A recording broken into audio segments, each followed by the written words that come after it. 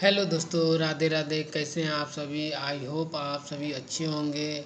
आज हम एक नए टॉपिक के साथ आए हैं जिसको हम आज थ्योरी प्लस एमसीक्यू दोनों साथ लेकर आए हैं। आज दोनों को एक एक करके बताएंगे और एमसीक्यू थ्योरी के साथ एमसीक्यूज भी बताएंगे, जिससे समझने में बहुत आसानी होगी। ठीक है, तो आइए एमसीक्यूज की तरफ चलने से पहले एक थॉट देखिए। यहाँ पे कितना बढ़िया एक थॉट लिखा है कि सपने सपने देखने वालों को कभी सपने देखने वालों की नहीं, उन्हें पूरा करने वालों की जीत होती है। ठीक है, ये नहीं कि सोए सोए सपना देख के हम ये कर लें, हम वो कर लें।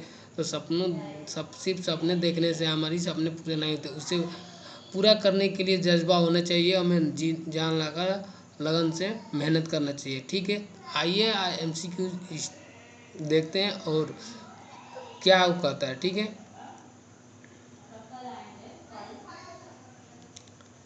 ठीक। तो फर्स्ट देखते हैं हमारा फर्स्ट एमसीक्यू है कि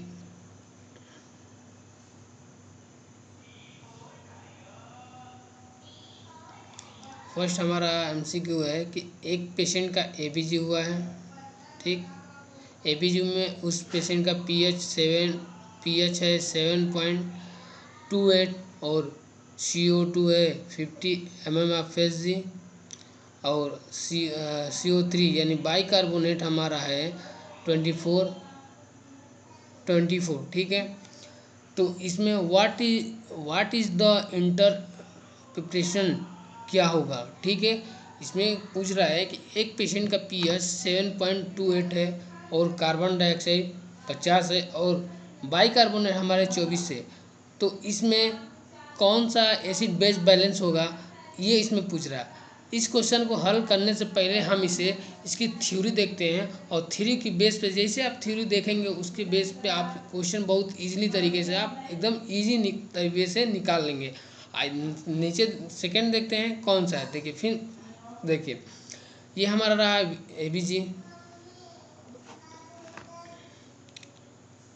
ये हमारा एबीजी जिसे आर्टरी ऑफ ब्लड गैस के का फुल फॉर्म होता है। इसमें नॉर्मल वैल्यू दिया है, नर्सिंग एग्ज़ाम के लिए बहुत महत्वपूर्ण है। ठीक, जैसे पीएच उसमें था हमारा 7.28। ठीक, तो इसमें नॉर्मल वैल्यू दिया है 7.35 से लेकर 7.45। ठीक, CO2 कार्बन डाइऑक्साइड दिया 35 से 45 mmHg। ठीक है, और हमारा उसमें ये पीएच हो गया और ये CO2 हो गया, जिसमें हमारा CO2 दिया था 50। हमारा बाइकार्बोनेट दिया है, इसमें बाइकार्बोनेट दिया है 22 से 27, यानी 27 नहीं होता, 26 नहीं होता, 27 होता है। ठीक है, यहाँ पे प्रिंट में गलती हो गया, ये 27 रहता है।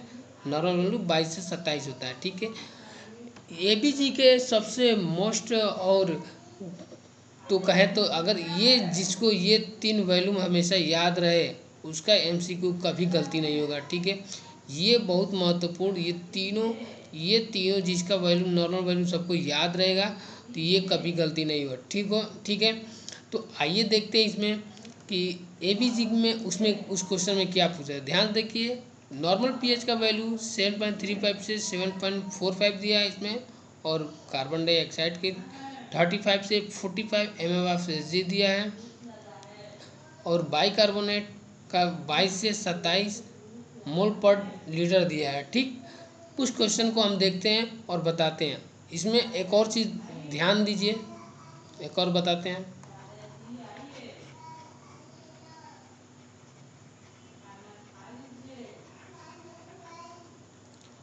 जैसे कि इसमें हम जैसे कि नॉर्मल पीएच इसमें दिया है 7.35 से 7.45। अगर 7.35 से इसका वैल्यू कम रहता है तो इसको हम एसिडोसिस कहेंगे, मतलब एसिडोसिस। ठीक, अब वही 7.45 से जैसे अधिक होगा ये एल्कलोसिस हो जाएगा, एल्कलोसिस। ठीक, ये एल्कलोसिस हो जाता है। ठीक है, यानी 7.35 से लेके 7.45 रहेगा तो ये नॉर्मल वैल्यू रहेगा। अगर 7.35 से कम आता है पीएच का मान तो एसिडोसिस होता है, और 7.45 से ऊपर जाने लगता है तो एल्कलोसिस हो जाता है। ठीक है, सेम वैसा ही इसमें है हमारा कार्बन डाइऑक्साइड में। अगर कार्बन डाइऑक्साइड में इसमें वैल्यू घटे या बढ़े, रिस्पायरेटरी का कंडीशन होता है इसमें या ये 35 से 45, तो ये ऐसे दिखा रहा है कि गैस का है। तो ये 35 से कम हो या 45 से ज़्यादा हो, ये हमेशा हमारा रिस्पायरेटरी का कंडीशन अराइज होता है। ठीक, नेक्स्ट बात करें बाइकार्बोनेट, तो बाइकार्बोनेट में 22 से जो 27 होती है ये मेटाबॉलिक की कंडीशन अराइज होती है। ठीक है, इसमें भी ये भी देखेंगे ये ज़्यादा हो तब या कम हो, तो 22 से कम होगा, 27 से ज़्यादा हो जाए, फिर भी ये मेटाबॉलिक की कंडीशन अराइज होती है। ठीक, आगे नेक्स्ट देखते हैं इसको MCQs को कि ये क्या करता है। ठीक, इसमें देखिए पीएच इसमें हमारा कितना दिया है, 7.28 दिया है। तो ऐसे ही बताएं कि अगर 7.35 से कम हो तो एसिडोसिस होता है, और बाइकार्बोनेट 35 से 45 होता है। 35 से 45 तो नॉर्मल वैल्यू में, 35 से कम और 45 से ज़्यादा तो ये रिस्पायरेटरी की कंडीशन अराइज होती है। तो ये रिस्पायरेटरी हो गया। ठीक, और ये हमारा 22 से 27 हो गया। ठीक, 22 से 27 तो ये हमारा नॉर्मल वैल्यू है।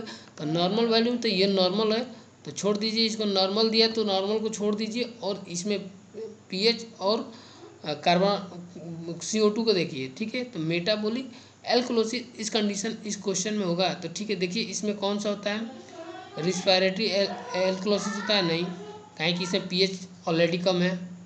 मेटाबॉलिक कंडीशन ऐसे ही नहीं होगा, काहे कि ये बाइकार्बोनेट नॉर्मल है, ये भी नहीं होगा। रिस्पायरेटरी एसिडोसिस होगा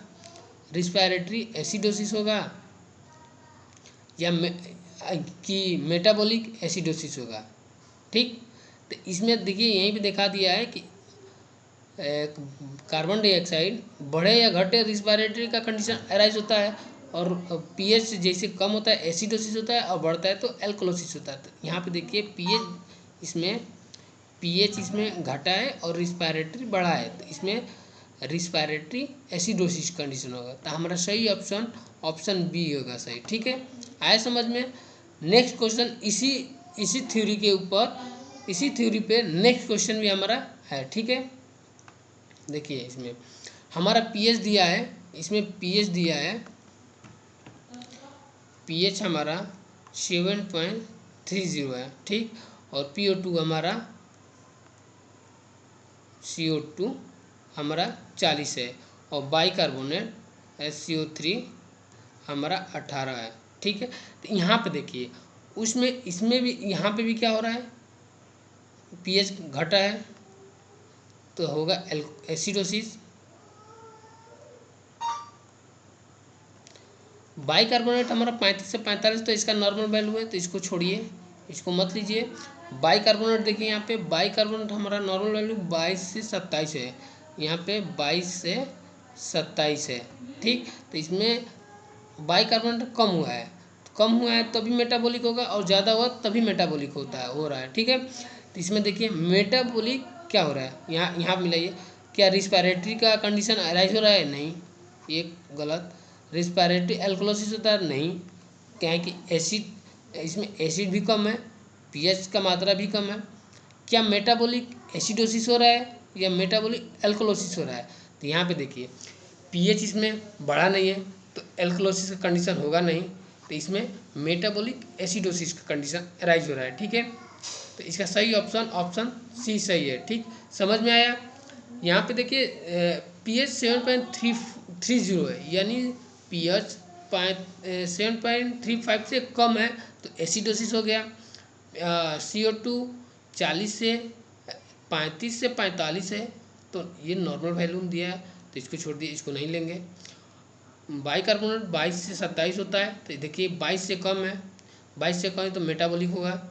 जब मेटाबॉलिक ये हो रहा है तो यहाँ पे हमारा मेटाबॉलिक कंडीशन अराइज हो रहा है, और वहाँ पे ऊपर पीएच कम हो रहा है तो एसिडोसिस हो रहा है, तो इसका मेटाबॉलिक एसिडोसिस का कंडीशन अराइज हो रहा है, इसलिए इसका सही ऑप्शन ऑप्शन सी सही है। ठीक है, आए समझ में। नेक्स्ट क्वेश्चन हम देखते हैं अपना। एक पेशेंट का पीएच, देखिए ये भी क्वेश्चन उसी क्वेश्चन पे आधारित है, थ्योरी पे आधारित है, जिस थ्योरी पे मैं समझाया हूँ। ठीक है, नेक्स्ट क्वेश्चन दिया है हमारा पीएच दिया है 7.50, पीएच बराबर 7.50, और CO2 हमारा दिया है 30, और बाइकार्बोनेट हमारा दिया है SCO3 24। तो यहाँ पे देखिए इसमें हमारा पीएच 35 से 45 था, बड़ा है तो एल्कोलोसिस, और CO2 हमारा कितना है 35 से 45, तो ये हमारा कम हुआ है, तो यहाँ पे हो गया रिस्पायरेटरी। और बाइकार्बोनेट की बात करें तो बाइकार्बोनेट हमारा नॉर्मल है, तो इसको यहाँ पे हम नहीं लेंगे। तो यहाँ पे देखिए क्या होता है, रिस्पायरेटरी एल्कोलोसिस कि मेटाबॉलिक एल्कोलोसिस, नीचे से मिलाते हैं। क्या मेटाबॉलिक एसिडोसिस हो रहा है? नहीं हो रहा है, क्योंकि इसमें बाइकार्बोनेट नॉर्मल दिया है। रिस्पायरेटरी एसिडोसिस दिया है, नहीं होगा, क्या कि इसमें पीएच हमारा बढ़ा है। मेटाबॉलिक एल्कोलोसिस हो रहा है? नहीं हो रहा है, क्योंकि हमारा बाइकार्बोनेट नॉर्मल है। रिस्पायरेटरी एल्कोलोसिस हो रहा है? हाँ हो रहा है इसमें, क्या है कि रिस्पायरेटरी कंडीशन में इसमें CO2 भी कम है और पीएच का मात्रा बढ़ा है। पीएच की जब मात्रा बढ़ा है तो एल्कोलोसिस हो जा रहा है, तो इसलिए हमारा सही ऑप्शन ऑप्शन ए सही है। ठीक, नेक्स्ट क्वेश्चन हमारा उसी थ्योरिकल बेस पे है। अगला क्वेश्चन देखिए, एक पेशेंट का एबीजी हुआ, एबीजी में पीएच हमारा दिया है 7.48, तो ये हमारा बढ़ा है तो एल्कोलोसिस।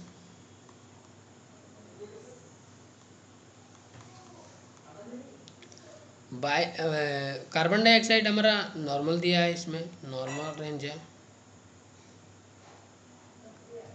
और हमारा दिया है सोडा बाइकार्बोनेट, ये अब नॉर्मल कंडीशन यानी बढ़ा है, तो ये मेटाबॉलिक हो गया। ठीक, मेटाबॉलिक। ठीक है, नेक्स्ट इसमें देखिए अगला इसका MCQ में कौन सा सही हो रहा है। क्या रिस्पायरेटरी हो रहा है, एल्कोलोसिस हो रहा है? नहीं, क्या कि इसमें कार्बन डाइऑक्साइड नॉर्मल है। मेटाबॉलिक एल्कोलोसिस हो रहा है, रिस्पायरेटरी एसिडोसिस हो रहा है? रिस्पायरेटरी एसिडोसिस भी नहीं हो रहा है।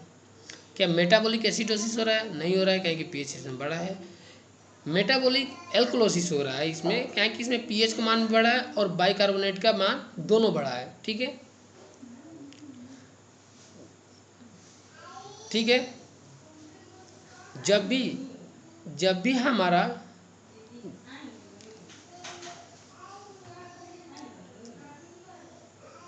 हमारा पीएच इंक्रीज होता है तो CO2 हमारा डिक्रीज होता है।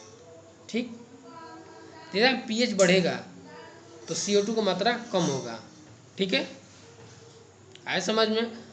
जिससे हमारा पीएच बढ़ेगा तो बाइकार्बोनेट भी बढ़ रहा है, इसमें हमारा सही ऑप्शन ऑप्शन बी है कि मेटाबॉलिक एल्कोलोसिस हमारा सही आंसर है। ठीक, नेक्स्ट क्वेश्चन हम देखते हैं हमारा। अब ये देखिए, ये अब थ्योरिकल बेस पे आ गया, थ्योरिकल बेस पे आया, इसमें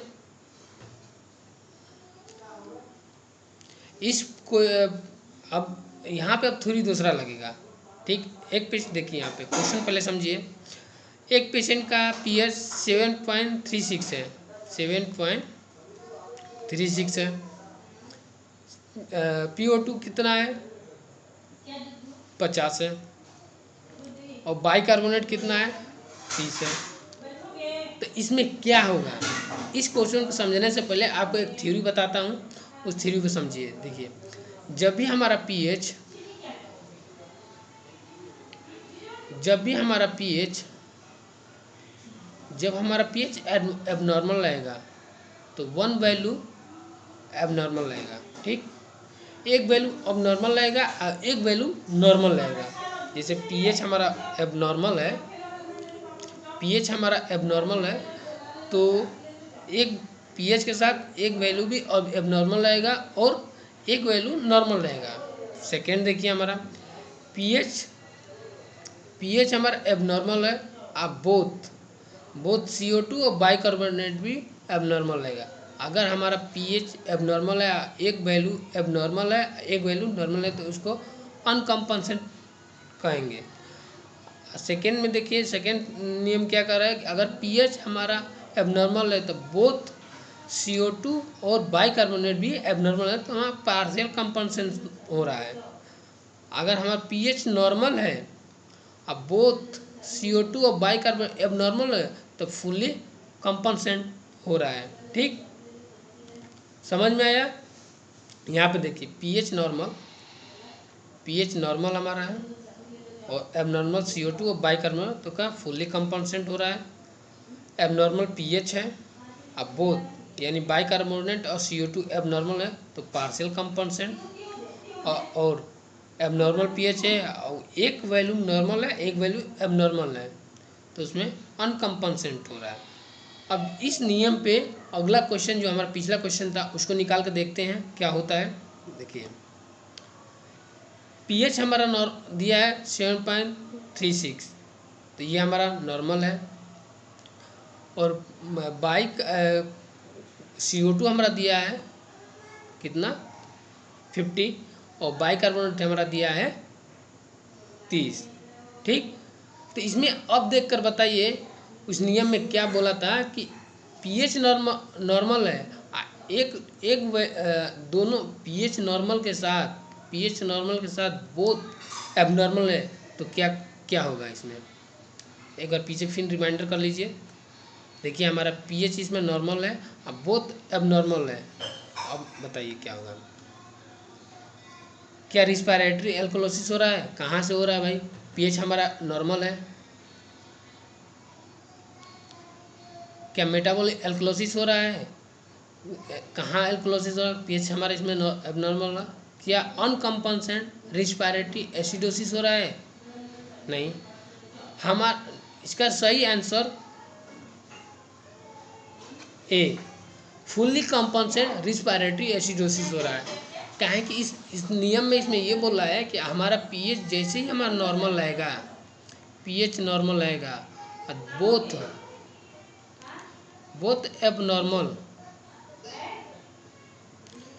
एबनॉर्मल है, तो वो फुल्ली कंपनसेट होता है, ठीक। आए समझ में। इस क्वेश्चन का थ्योरी पिछला क्वेश्चन से अलग हट के है, ठीक है। आइए हम नेक्स्ट देखते हैं। तो इसका सही आंसर ऑप्शन ए होगा, ठीक। अब इसमें देखिए, पीएच हमारा इसमें दिया है, हमारा पीएच 7.3038, CO2 दिया है 30 और बाइकार्बन दिया 18। अब देखिए इसमें क्या दे रहा है, इसमें क्या होगा,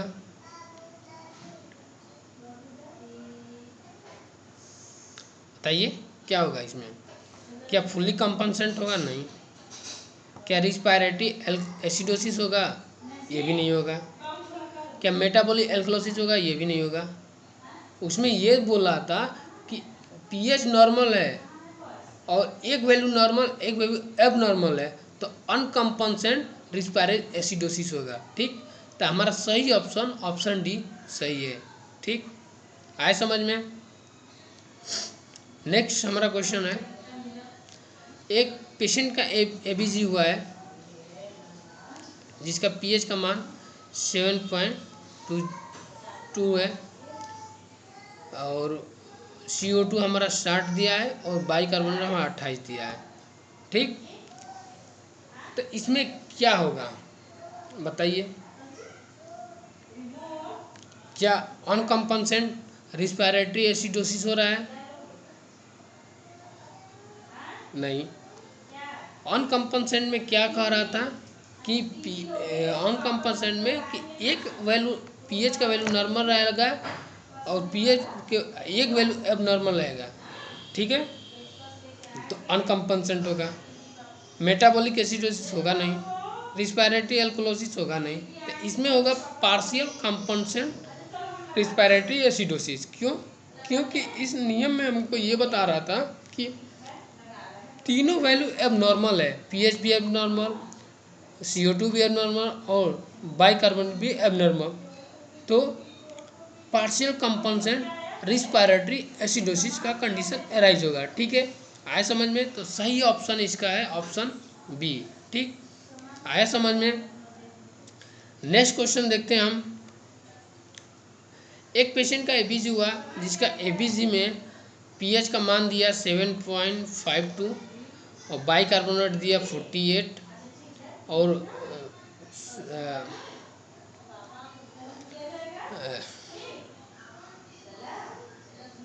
CO2 दिया 48 और बाइकार्बोनेट दिया 36। ठीक, इसमें देखिए कौन सा नॉर्मल है कौन सा एब नॉर्मल है। ठीक है, तीनों वैल्यू इसमें भी क्या रिस्पिरेटरी एसिडोसिस दिखा रहा है? नहीं, ये सही नहीं होगा। क्या मेटाबॉलिक एसिडोसिस होगा? नहीं, ये भी नहीं होगा। क्या रिस्पिरेटरी एसिडोसिस होगा? नहीं, ये भी नहीं होगा। क्या होगा? तो इसमें देगा तीनों वैल्यू एबनॉर्मल है, तो इसका सही ऑप्शन ऑप्शन बी सही है कि पार्शियल कंपनसेंट मेटाबॉलिक एल्कलोसिस होगा, क्योंकि सारा वैल्यूम इसमें बढ़ के आया है। ठीक है, आए समझ में?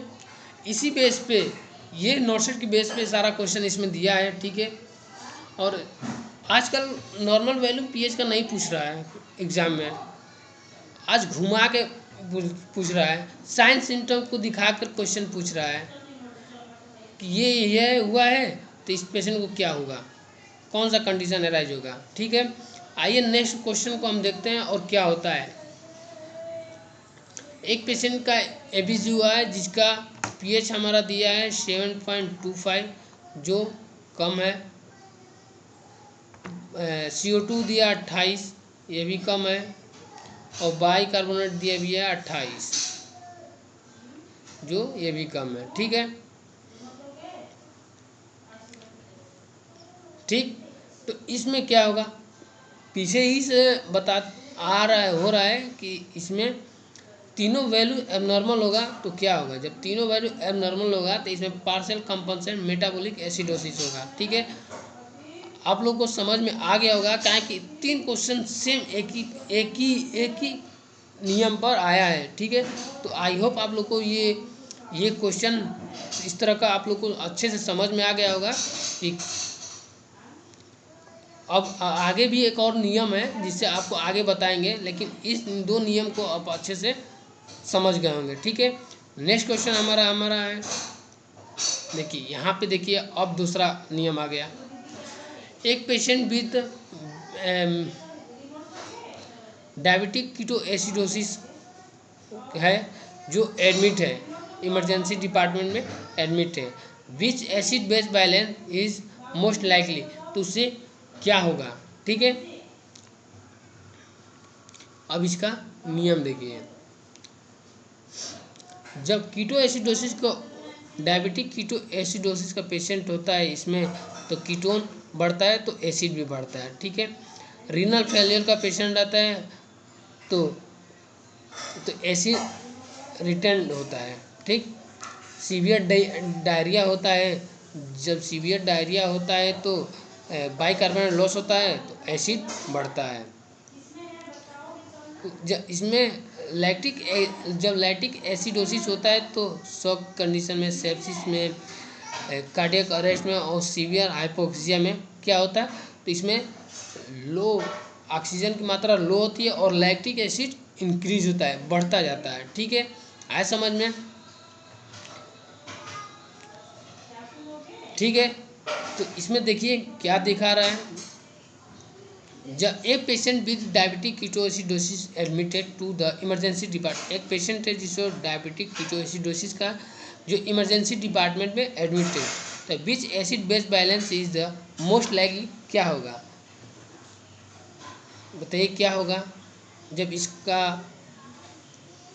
क्या रिस्पायरेटरी एसिडोसिस कंडीशन होगा, क्या रिस्पायरेटरी एसिडोसिस का कंडीशन होगा, या मेटाबॉलिक एसिडोसिस का कंडीशन होगा, या मेटाबॉलिक एल्कलोसिस का कंडीशन होगा। ठीक है, इस नियम को देखिए और बताइए क्या होगा। कीटो एसिडोसिस कंडीशन है तो इसमें एसिड भी बढ़ रहा है और कीटोन भी बढ़ रहा है। ठीक है,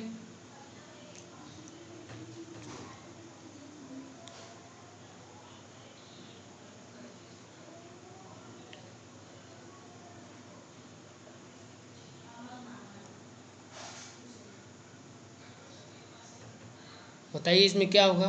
जब कीटोन की मात्रा अधिक होगी और एसिड भी अधिक हो रहा है तो उसमें क्या होगा।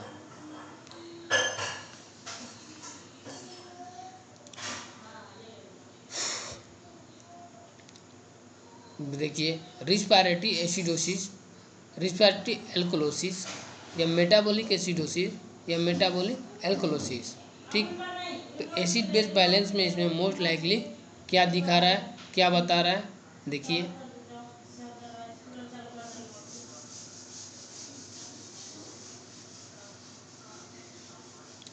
जब इसमें एसिड की मात्रा बढ़ेगी, जब एसिड की मात्रा इसमें बढ़ रहा है और एसिड बेस इम्बैलेंस हो रहा है तो इसमें क्या होगा, तो इसमें हमारा रिस्पायरेटरी एसिडोसिस होगा, नहीं तो एसिड की मात्रा खुद ही बढ़ रहा है। क्या रिस्पायरेटरी एल्कोलोसिस होगा, नहीं। मेटाबॉलिक एसिडोसिस होगा, हाँ इसमें मेटाबॉलिक एसिडोसिस होगा। इसमें जैसे कि एसिड बढ़ेगा तो बाइकार्बोनेट भी बढ़ रहा है।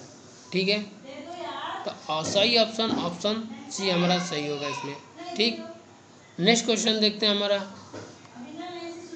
ये पेशेंट सीओपीडी का पेशेंट है, has chronic carbon dioxide retain कर रहा है। ठीक, तो विच एसिड इम्बैलेंस एक्सपेक्ट क्या होगा। जब कार्बन डाइऑक्साइड हमारे शरीर में बढ़ेगा तो पीएच घटेगा, जैसे हमारा पीएच इंक्रीज होता है तो CO2 डिक्रीज होता है। इसमें क्या हो रहा है, इंक्रीज होता है तो पीएच डिक्रीज होगा। ठीक,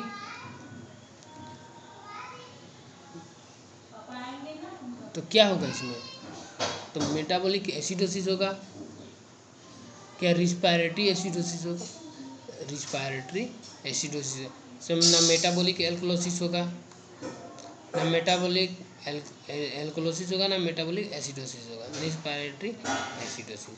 सही ऑप्शन ऑप्शन हमारा सी बी सही होगा, रिस्पायरेटरी एसिडोसिस होगा। क्या कि इसमें हमारा कार्बन डाइऑक्साइड की मात्रा बढ़ रही है और पीएच की मात्रा घट रही है। जब पीएच की मात्रा घटती है तो इसमें एसिड की मात्रा कमी होती है तो एसिडोसिस में कंडीशन में जाता है। इसलिए इसका सही ऑप्शन ऑप्शन बी सही है कि रिस्पायरेटरी एसिडोसिस की कंडीशन अराइज होगा। ठीक, नेक्स्ट क्वेश्चन देखते हैं।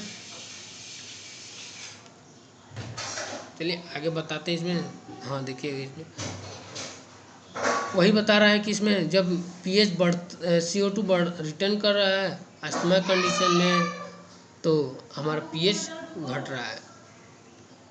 नेक्स्ट क्वेश्चन देखिए हमारा, a patient has been vomiting continue 3 day, 3 दिन से हमारा पेशेंट कंटिन्यू वोमिट कर रहा है 3 दिन से। विच acid imbalance the most likely क्या होगा, तो एसिड बेस इम्बैलेंस हो रहा है इसमें, तो क्या होगा इसमें जब एसिड कंटिन्यू बाहर निकाला है तो पीएच घट रहा है, पीएच की कमी हो रही है,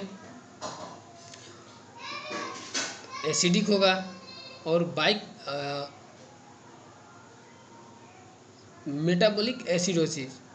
और इसमें जब पीएच की मात्रा घटेगी तो बाइकार्बोनेट की मात्रा खुद ही घट जाएगी, तो इसलिए इसका सही ऑप्शन ऑप्शन सी सही होगा। ठीक है, आए समझ में। एसिड इम्बैलेंस है, एक पेशेंट है 3 दिन से वोमिटिंग कर रहा है, कंटिन्यूअस वोमिटिंग है, तो एसिड इम्बैलेंस जब वोमिट करेगा वोमिट के साथ एसिड बाहर निकलेगा, एसिड निकलेगा जैसे एसिड की मात्रा कम होगी तो बाइकार्बोनेट की मात्रा भी कम होगी। ठीक है समझ में। नेक्स्ट क्वेश्चन देखते हैं। एक patient having a panic attack, एक पेशेंट है उसको panic attack with the rapid deep breathing और हाइपोवेंटिलेटर, खींच खींच सांस ले रहा है, ऐसे खींच खींच के सांस ले रहा है। ठीक है, तो विच एसिड इम्बैलेंस में एक्सेप्टेड क्या होगा बताइए। जब ये हाइपोवेंटिलेट कर रहा है, जब हाइपोवेंटिलेट कर रहा है, सांस लेने में बहुत जोर लगा रहा है, उसको बहुत जोर लगा रहा है, तो इसमें क्या होगा? क्या रिस्पायरेटरी एसिडोसिस होगा? क्या रिस्पायरेटरी एल्कोलोसिस होगा? क्या मेटाबॉलिक एसिडोसिस होगा या मेटाबॉलिक एल्कोलोसिस होगा? जब ये बहुत ज़्यादा जोर लगा रहा है, सांस लेने में दिक्कत हो रही है उसको, इसमें क्या होगा? जैसे कि पीएच की मात्रा कम हो रही है, कार्बन डाइऑक्साइड बढ़ रहा है, जिससे सांस लेने में उसको दिक्कत हो रही है। ठीक है, आए समझ में। तो इसमें एसिड इम्बैलेंस इज एक्सपेक्टेड क्या होगा? तो इसमें रिस्पायरेटरी एसिडोसिस नहीं होगा।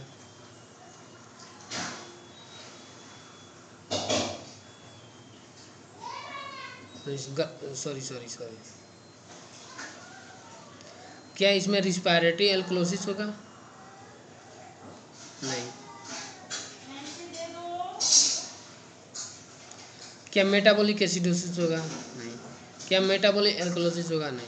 सही ऑप्शन इसका ये सही होगा कि जैसे वो बहुत गहरी घींच घींच सांस लेता है, जैसे ही सांस ज़्यादा लेता है तो इसके शरीर में कार्बन डाइऑक्साइड की मात्रा बढ़ती है, जिससे कार्बन डाइऑक्साइड की मात्रा बढ़ती है तो हमारा पीएच कम होता है। तो जैसे कम होगा, पीएच कम होगा तो एसिडोसिस होगा, और CO2 बढ़ेगी तो रिस्पायरेटरी की कंडीशन अराइज होगी। तो इसलिए हमारे इसमें रिस्पायरेटरी एसिडोसिस की कंडीशन होगी। ठीक है, आए समझ में। नेक्स्ट क्वेश्चन, तो इस क्वेश्चन का सही आंसर ऑप्शन ए है। नेक्स्ट क्वेश्चन देखेंगे हमारा कि एक पेशेंट एक्यूट किडनी फेल्योर का पेशेंट है, is unable to hypogenic iron with the acid imbalance is the most likely क्या होगा? एक्यूट किडनी फेलियर का पेशेंट है, अब ऊपर देखिए यहाँ पे देख रहेगा, जबकि एक्यूट किडनी फेलियर का पेशेंट है,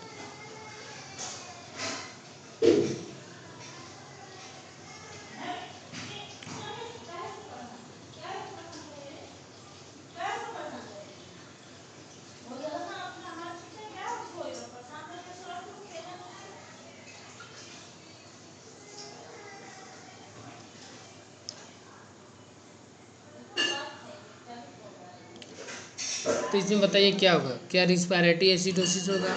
क्या रिस्पायरेटरी एल्कोलोसिस होगा? या मेटाबॉलिक एसिडोसिस होगा?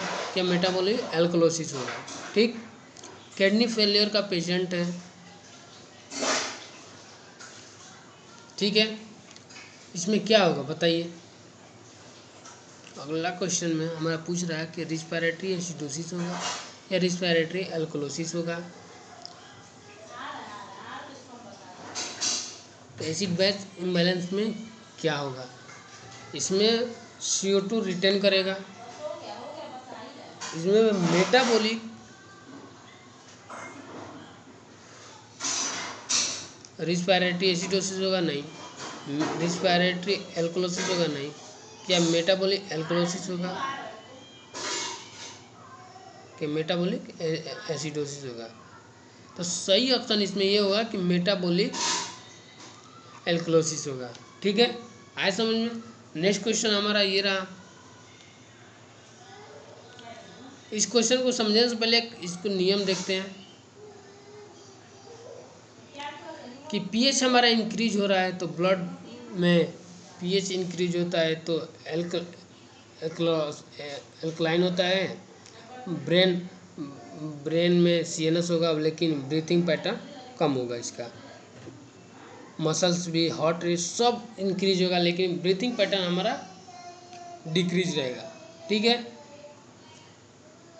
इस क्वेश्चन को देखिए।